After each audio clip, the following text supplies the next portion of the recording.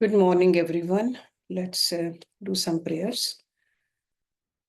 Om Guru Brahma, Guru Vishnu, Guru Devo Maheshwara, Guru Sakshat Parbrahma, Tasmai Shri Gurve Namaha.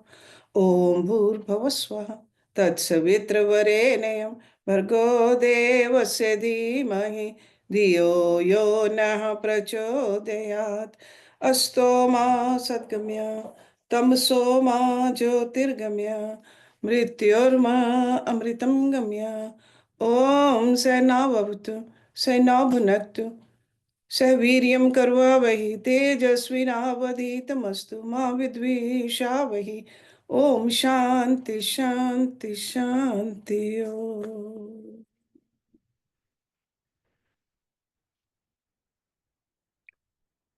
We are all familiar with many spiritual paths. All the various paths lead to the same single goal of self-realization.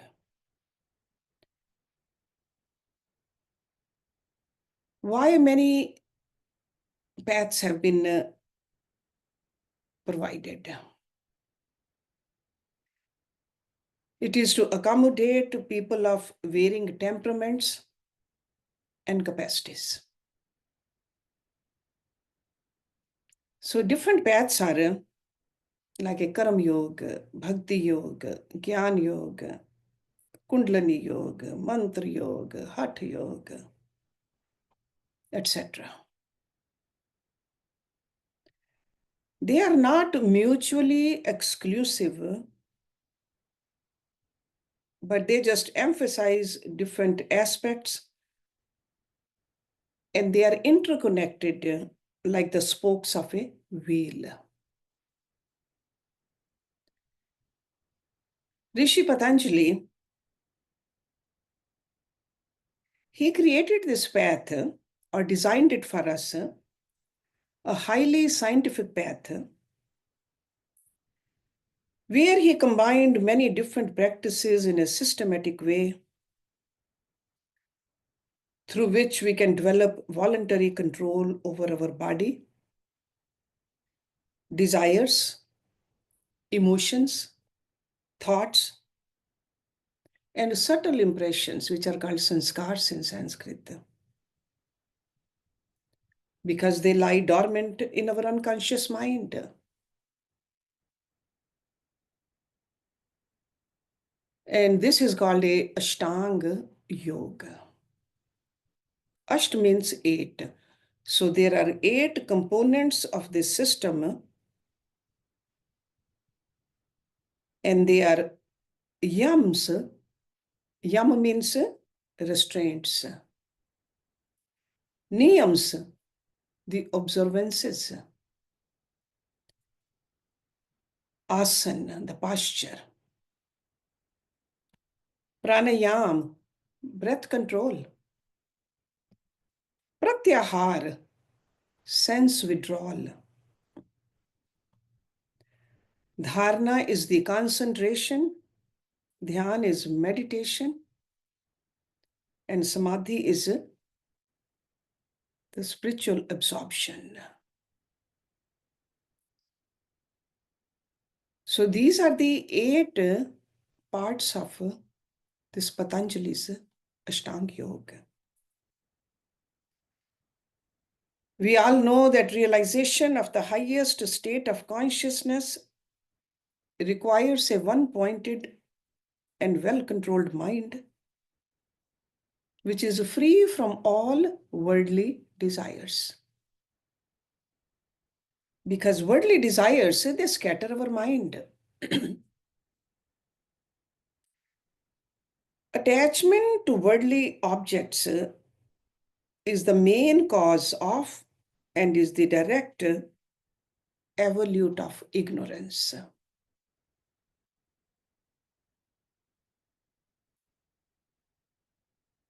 And that's where all the modifications are produced in our mind. So according to Rishi Patanjali, attachment to worldly objects is the supreme enemy of the individual who wants to understand his inner self.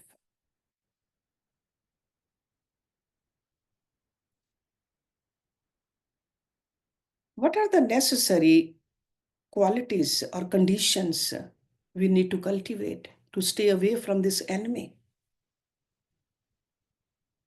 so that we can reach the higher levels of consciousness? They are the power, discrimination, full control of the mind, conscious direction of our potentials towards that desired goal. So consciously we got to cultivate these qualities. And a firm resolution to turn away from all worldly attachments. And determination to destroy the ego. Control over all inharmonious processes. And constant awareness of the ultimate goal. So in order to reach to that supreme goal, these qualities we need to cultivate. Rishi Patanjali, the first two steps, Yam and the Niyams, he said, consciously cultivate these qualities.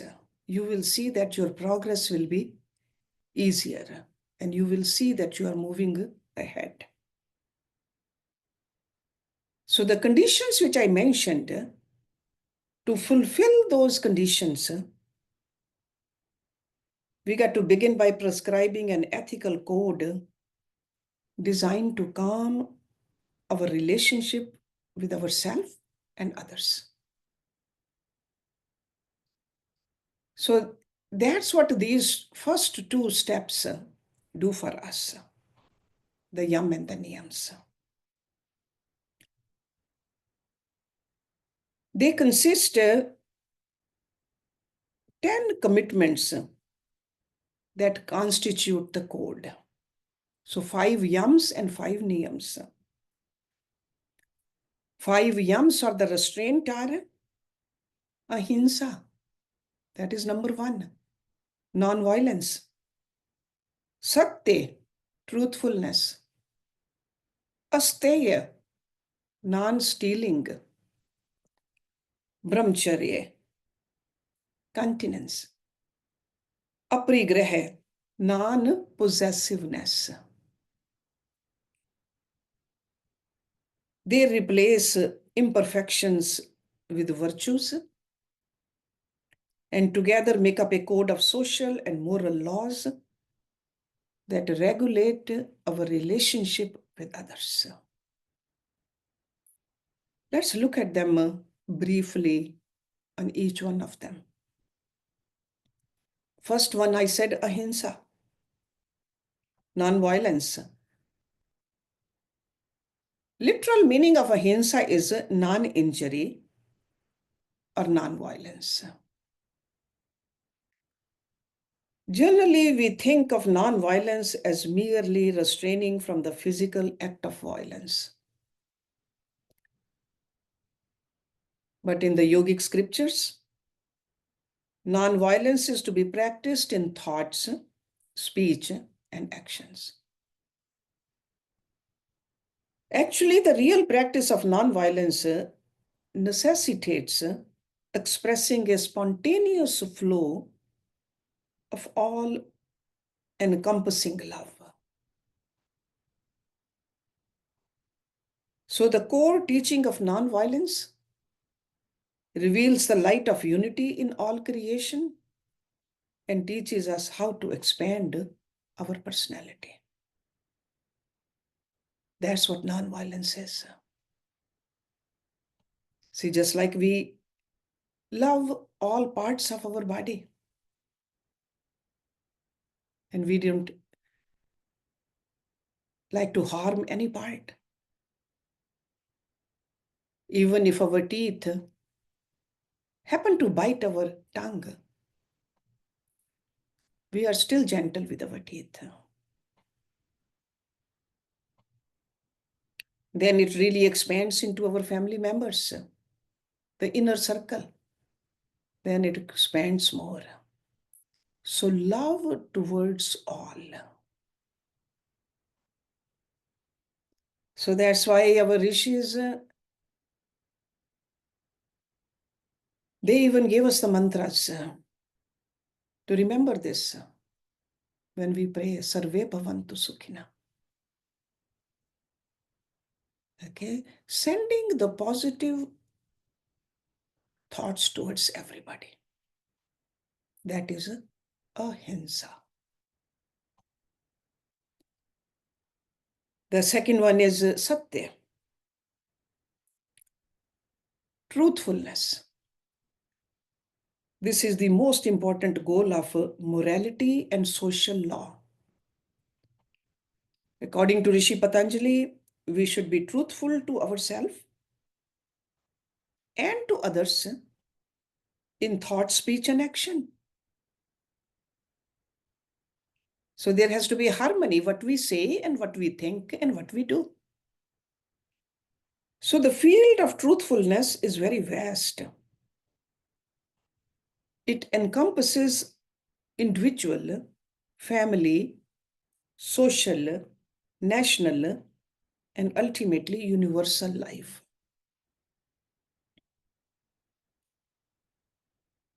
A yoga student is taught to speak what he thinks and to do what he says. Satyam vad. Sometimes a person lies without awareness, or sometimes just for fun or for the sake of creating gossip. A yoga student is very careful about that. These simple lies are like seeds that create habits that will one day become a person's nature.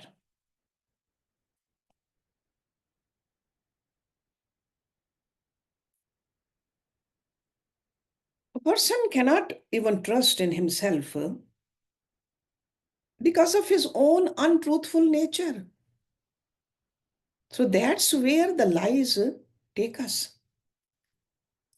So the day a person becomes totally truthful, his whole life becomes successful. And whatever he says or thinks comes true. That's what mentioned in the Yoga Sutras. He gains inner strength through which he casts away the insecurity in his life. That is the outcome of a truthful living. The third restraint, asteya. Asteya means non-stealing. It really provides a great opportunity for the practice of non-attachment and non-possessiveness. So non-stealing actually is a negative explanation of contentment. Because when a person is self-satisfied, he is not tempted to desire others' things. Such a person considers whatever he has as sufficient. And he does not allow himself to disturb social peace and harmony in order to attain desired objects by wrong means. So the yogic system advises that non-stealing be practiced mentally, verbally, and physically.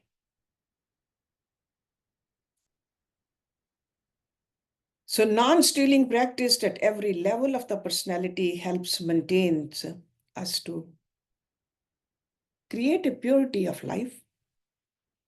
And purity of life allows us to shine and grow in all dimensions. The next restraint is called brahmacharya.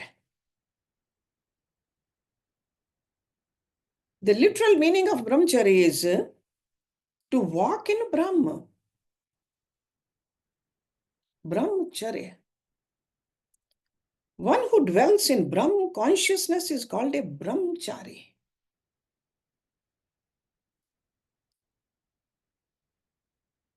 The word brahmacharya is commonly translated as sexual abstinence.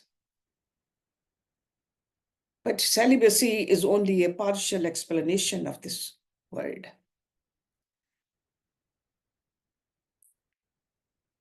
So sexual continence in itself is not the goal. Goal is to control the senses in order to achieve deeper levels of inner awareness.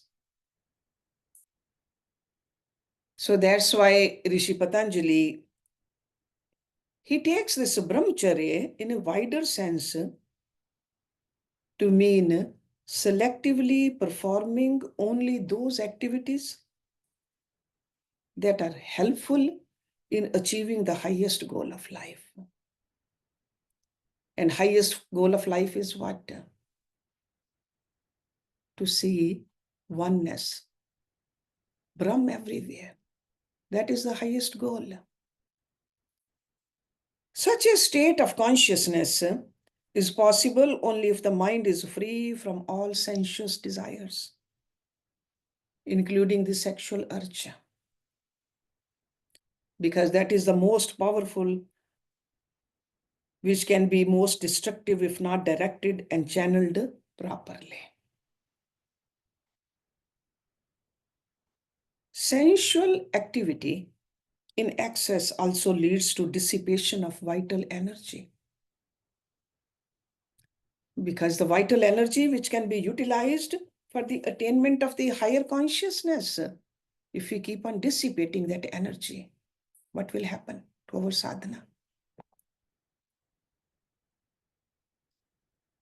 For achieving this goal, the yogic system and the yogi guru advises us to organize all our sensuous forces and utilize them in a proper and beneficial way. It teaches control of sensuous cravings in order to attain that inner peace and happiness that is greater than all transient sensuous pleasures. Uncontrolled senses dissipate the mind. And the dissipated mind loses its capacity to concentrate in one direction or even on one object. A person with a dissipated mind fails to think properly, to speak properly, or to act properly. So for higher attainment, we have to withdraw our energies from the petty charms and temptations of the sensory objects, convert that life force towards higher consciousness. That is brahmacharya. The next restraint is called aparigraha. Aparigraha means non-possessiveness. It's generally misunderstood to mean denying ourselves all material possessions. But the word actually indicates an inward attitude rather than the outward behavior. We have seen in our rituals also the mantras which are written by our rishis, where we are praying for more health, wealth, prosperity. But at the same time, internally they say, idam namam, keep that attitude. Don't get attached to it. That's aparigraha. The feeling of possessiveness is an expression of dissatisfaction, insecurity, attachment, and also greed. A person who strives his whole life to gain more and more worldly objects is never satisfied, because that desire can never be quenched. More a person has, the more he wants. That's why they say that when it comes to these worldly desires, sky is the limit. So a person who is constantly greedy for more forgets that it's impossible to eat more than the stomach can hold, to sleep on more ground than the body covers, or to wear more clothes than the body requires. We forget that. Whatever one possesses that exceeds the essential requirements actually becomes a burden. And instead of enjoying it, a person suffers in watching and taking care of it. So more and more time is spent on just taking care of it or worrying that it will be taken away. A person who desires more than that which is required is like a thief, according to our rishis. It's almost like a coveting that which belongs to others. So non-possessiveness or aprigraha does not mean that we should not plan for the future or that we should give away all our money. It simply means that we should not be attached to what we have. Idam namam, it's not mine. So an attitude of possessiveness excludes a person from all that a person does not have. But the practice of non-possessiveness expands our personality.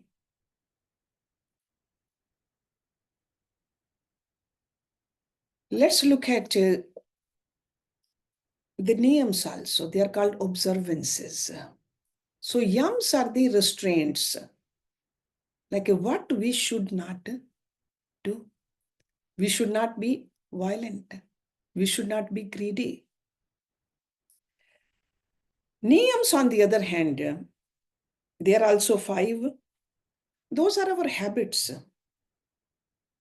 Habits, and through those habits, how we organize our personality. And they are shauch, that means purity. Santosh, contentment. Tap, austerity. Swadhyay, self-study. And Ishwar Pranidhan, the surrender to the ultimate reality.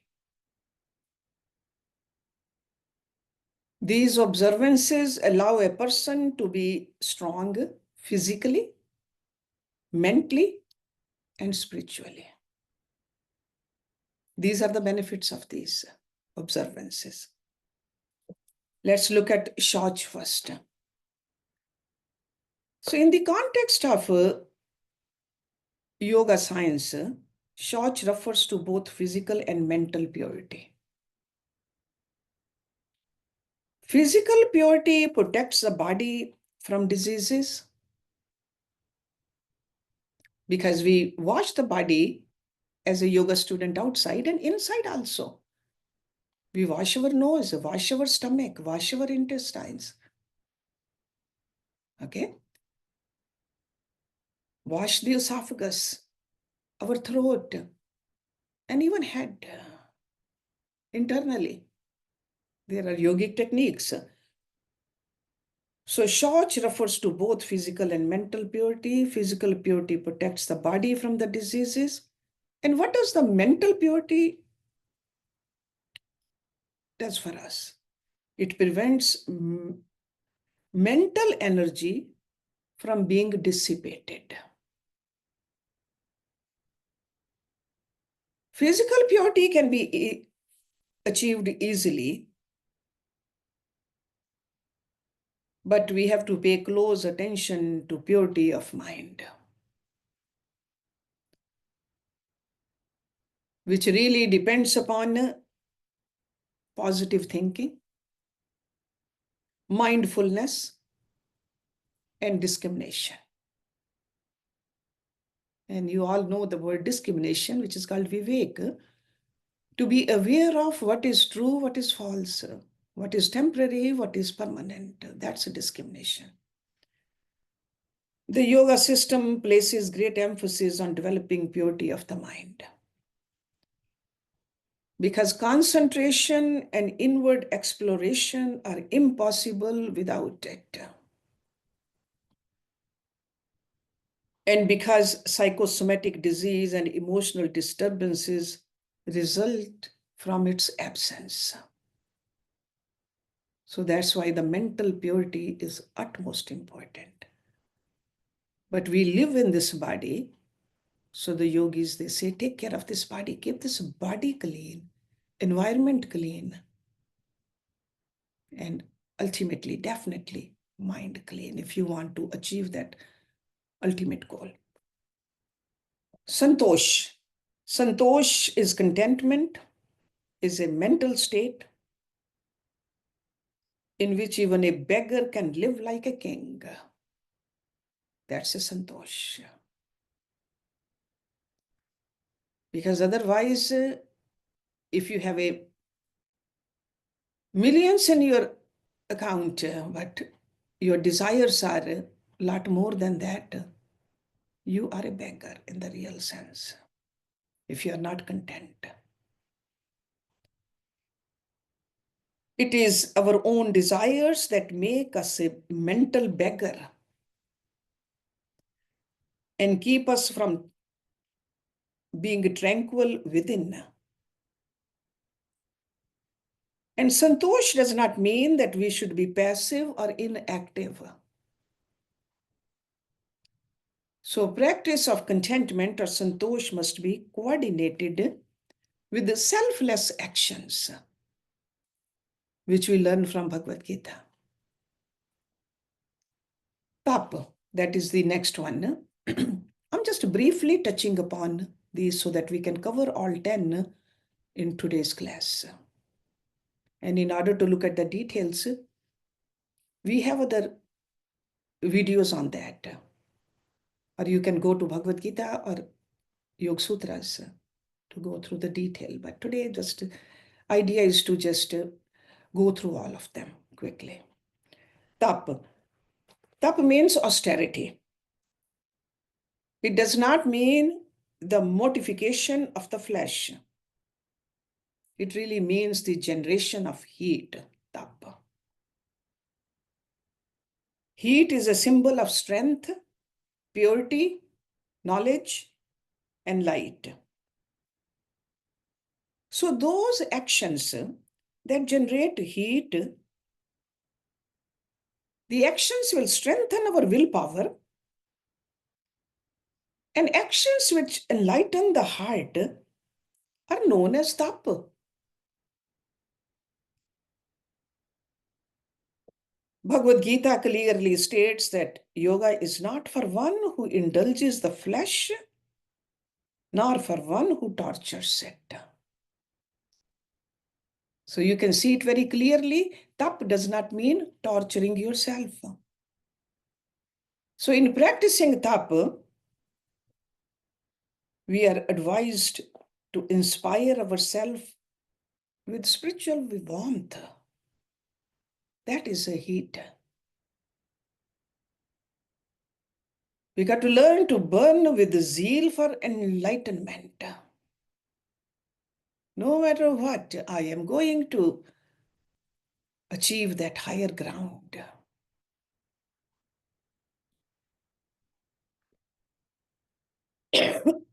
All those activities that increase spiritual fervor constitute tapa. A simple life free from sensuous indulgences, a regulated diet, and the performance of all our actions in the service of humanity are a part of the practice of tapa. To give up your own comfort to help somebody, that's a tapa.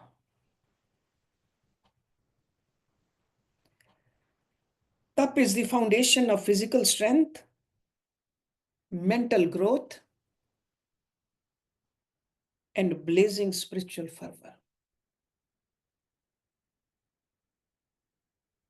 The next niyam is swadhyaya. Swadhyaya includes studying the scriptures, listening to the saints and the sages, observing the lessons from our own experiences. Whenever we go through something, got to see, what did I learn from it? Swadhyaya. This niyam warns a student not to doubt too much and not to trust too much, but rather to be very selective in studying the scriptures and listening to sages and scholars.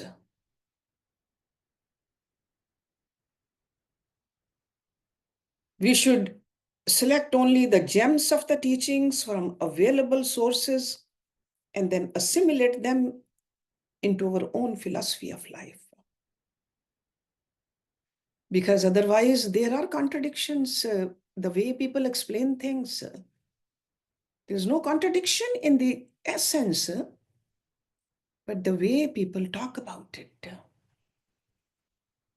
And I was telling you last week that there are some scriptures, they have been changed also for some private reasons. So we got to be very careful. Without utilizing the quality of selectiveness, a person may confuse himself with a variety of teachings from various scriptures and saints and then create a mental conflict. So we have to avoid that. The skillful study of reliable scriptures enhances our understanding and gradually leads to a broader unfoldment of our potentials.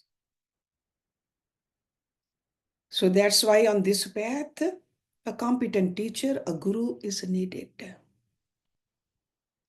who can really open it up for us and make us understand if, according to our limited view, we see some contradictions. The fifth niyam is called Ishwar Pranidhan. Surrender to the ultimate reality. This is the highest method for protecting ourselves from the enemies of attachment, false identification, and the idea of doership, kartapan. Surrender is possible only with infinite faith and dedication. Ego is the greatest barrier resisting such complete surrender. But when a person begins to feel and realize the ever-flowing knowledge and peace from the ultimate reality, he starts to surrender his ego and eventually becomes free from all passions. The moment a person realizes why the air provides oxygen to all, why the rain moistens the earth, and why the sun gives light and heat, then that person feels the ever-flowing love and compassion of the Supreme Being.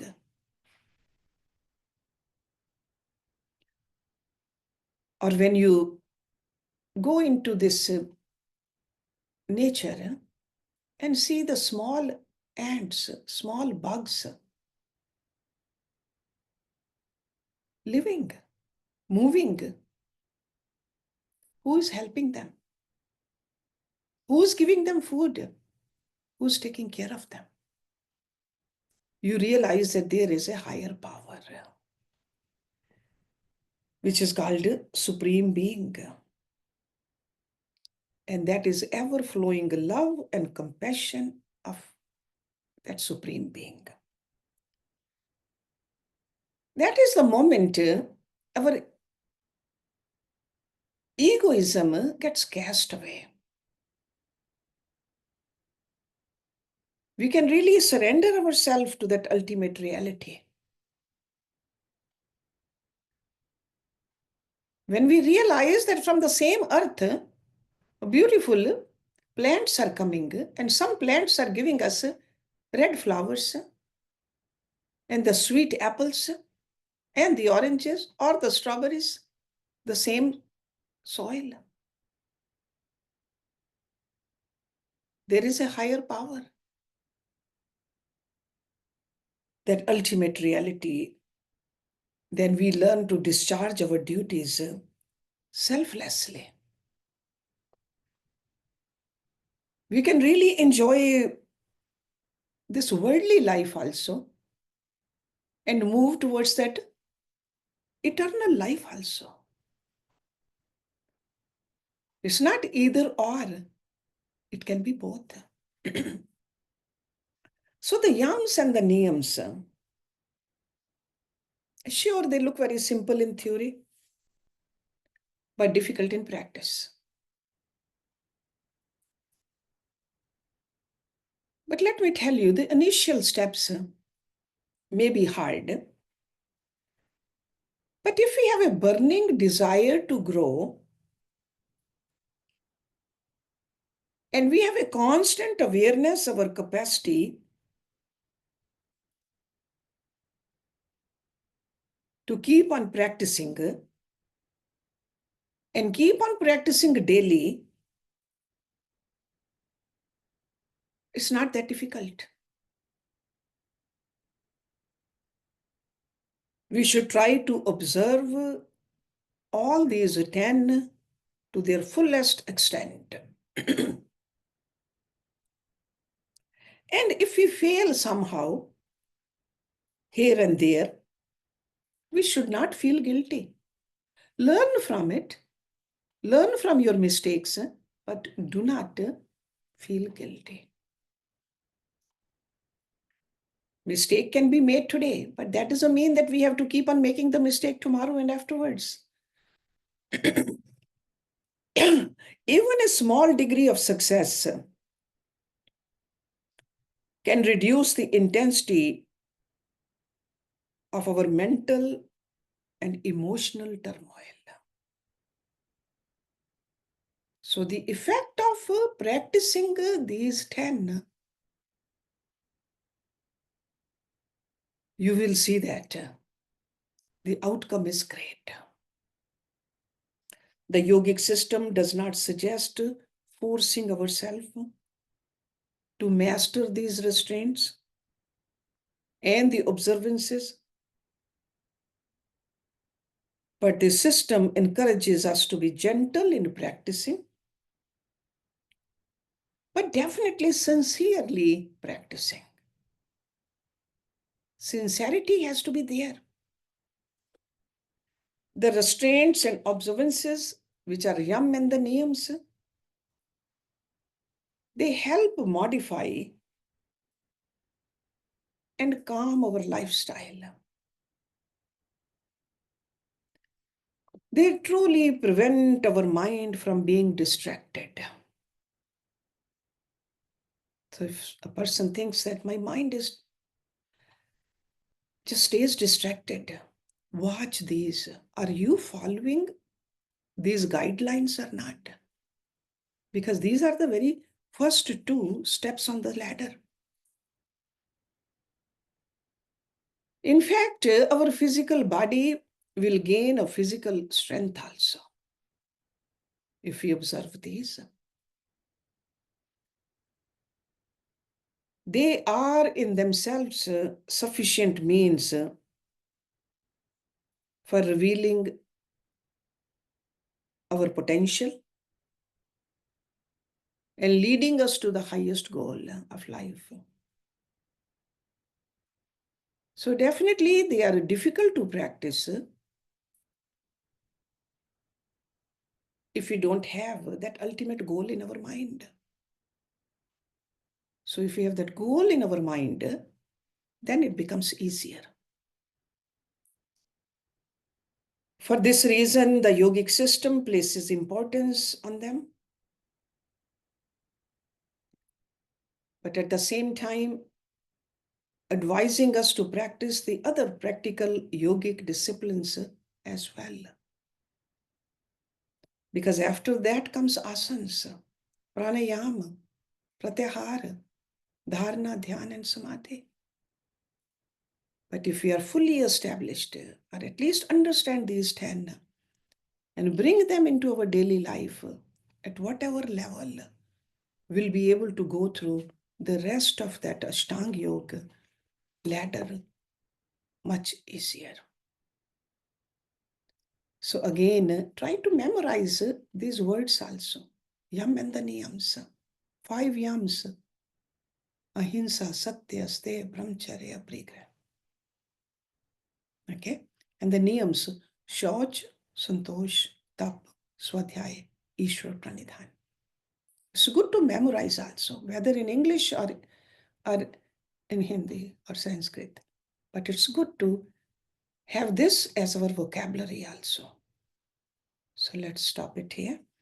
Om Purnamada Purnamidam Purnat Purnamudachyate Purnasya Purnamadaye Purnameva Visheshyate Om Shanti Shanti Shanti Om. Thank you very much for joining.